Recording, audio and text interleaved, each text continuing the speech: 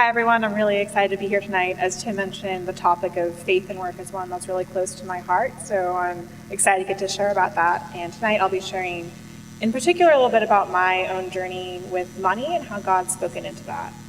For me, I didn't really ever think that much about money until I had my first job out of school, because that was the first time I was financially independent, and so it was the first time for me that I was able to actually make my own decisions about money without having to consider how my parents might have input on what I spent before when they were financially supporting me throughout college. And so I came to the table with a few ideas about money, many of which had been shaped by my time in church and in InterVarsity. The first was an understanding that the money I had been given was a gift from God, and I should see it as such. And it's certainly to take care of me and anyone who's depending on me, but it wasn't just for me. It was meant to be a blessing to those around me too. We see that throughout the entire narrative of Scripture. We see Abraham is called to be a blessing to others in the ways that God blesses him. His blessings are not just for him and his family, but to extend really to the ends of the earth. And we see that continue all the way through into the early church, who was known for their generosity and for caring for one another, and saw that their resources were not just for themselves and their families, but they were for their communities and even their broader communities beyond their Christian communities. The second value I came to the table with was from my experience at an urban project, and that was understanding that just very practically, if you want to be generous, it helps to live a life of simplicity. It doesn't have to mean extreme simplicity, but that if there's some limits to how much you spend for yourself, then there's more space to be generous to others.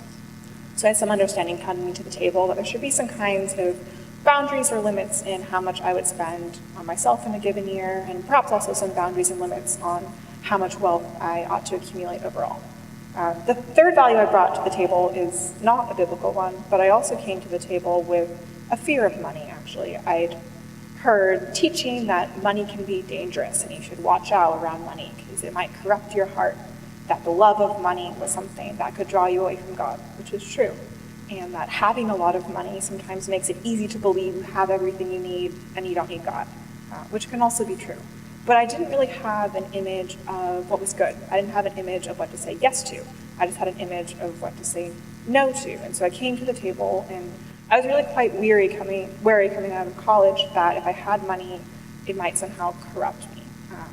And I thought I was safe because I was looking for a job in urban education nonprofit, and so I figured I probably wouldn't make too much of it, and so I wouldn't have to make too many decisions about money, and I was going to be fine.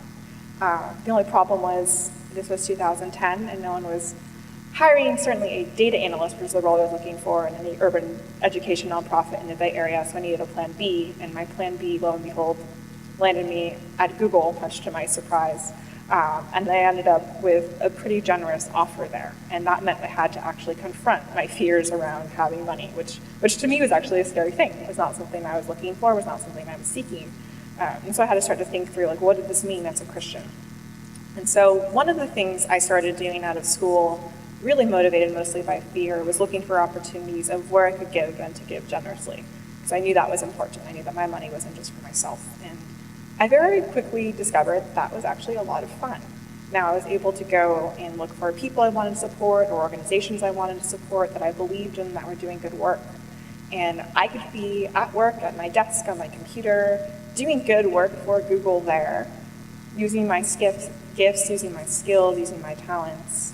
And in doing that work, I was actually supporting work around the world that was helping people in need, and that was bringing about the kingdom through the work I was doing at Google, because I was able to give to those organizations. And I found that that was really actually a joy, that I was able to be an active partner, and as an investor in that work, that I get to share in the fruit of that. That part of that is my work too, even though I was just sitting at my desk at Google. So I thought that was a lot of fun, and I enjoyed going and looking for places where I could give, or friends I could give to, or needs I could meet. And now I had this freedom of giving, and it was really, truly a joy for me. So kind of my first season was this time of going from fear to generosity. The next season in my journey around money is what I might call the dark ages. There was a period of time where this just became very normal, and it stopped being a source of joy or exciting, and I kind of stopped realizing what I was able to support, and it just became very rote normal, and I had my, I would have an automatic payment here or there for different organizations. I didn't spend too much time thinking about it.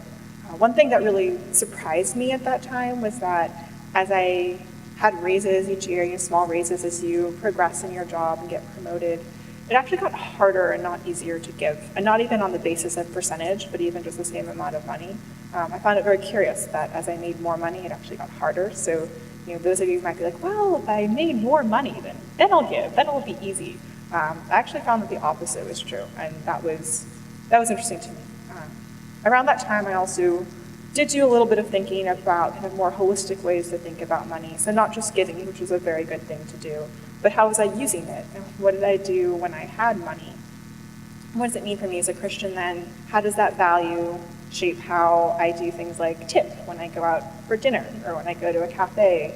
And might there be opportunities not just to invest in nonprofits, but also to think about investing in companies when I buy their products, and to think about that as a way that I'm using money that might make the world a better place. And even in some things that might not seem that spiritual, like there was a coffee house I loved to go to. It was a place that I'd go to most weekends because there's a really rich sense of community. I happen to have very interesting, random spiritual conversations there all the time with strangers who I met.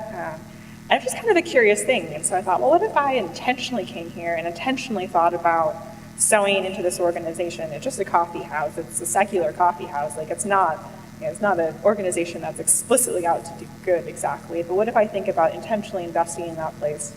And maybe even praying for it each time I show up and just kind of seeing how God shows up in that, and what does it look like in terms of how I use money and spend money and companies that I am investing in by virtue of buying their products. So occasionally I would think about this and kind of toy around with it, but it wasn't really something I thought about too much. The third season then was me coming awake to this invitation to be a steward and seeing this bigger picture vision of what it meant to handle money well.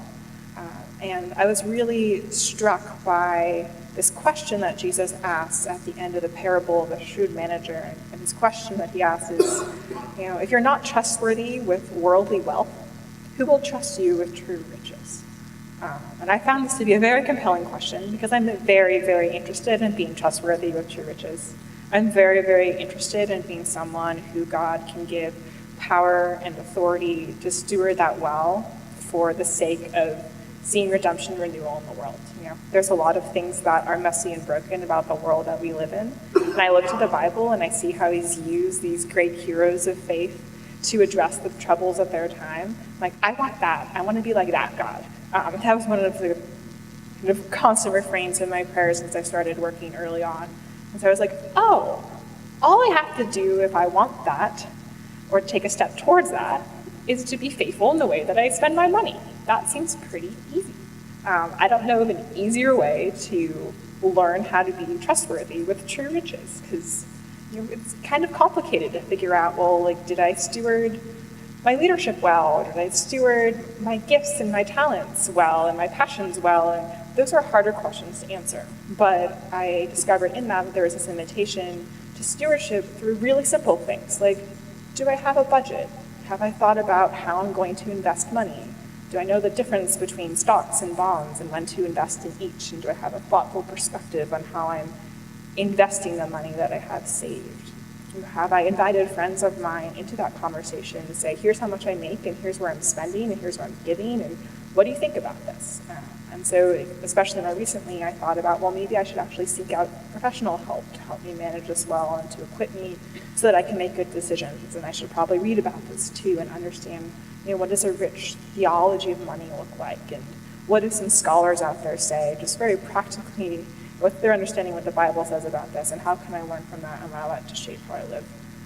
And so I found this to be just a very exciting thing, that in something as simple and perhaps to some of you as boring as thinking about our finances, we have this opportunity for God to prepare us and to equip us to bring about his kingdom in this world, which we're all very aware is really, really needed. And in the way that we spend our money, there's an opportunity for God to speak into our hearts about where we place our value. It's a really great indication of what you value. Where you spend money easily and where you find it's hard to spend money can tell you a lot about yourself, and it's an opportunity for us just very practically practice love and grace and mercy in the way that we spend our money and allow that to be a testimony to our neighborhoods and to our city. And I just kind of imagine, like, what a beautiful thing it would be if all of us were being discipled by God in something as simple and practical as money. And if God used that as a place that he could train and equip each of us to be faithful to him, to be obedient to him, and to really be instruments of his love and his grace in this world.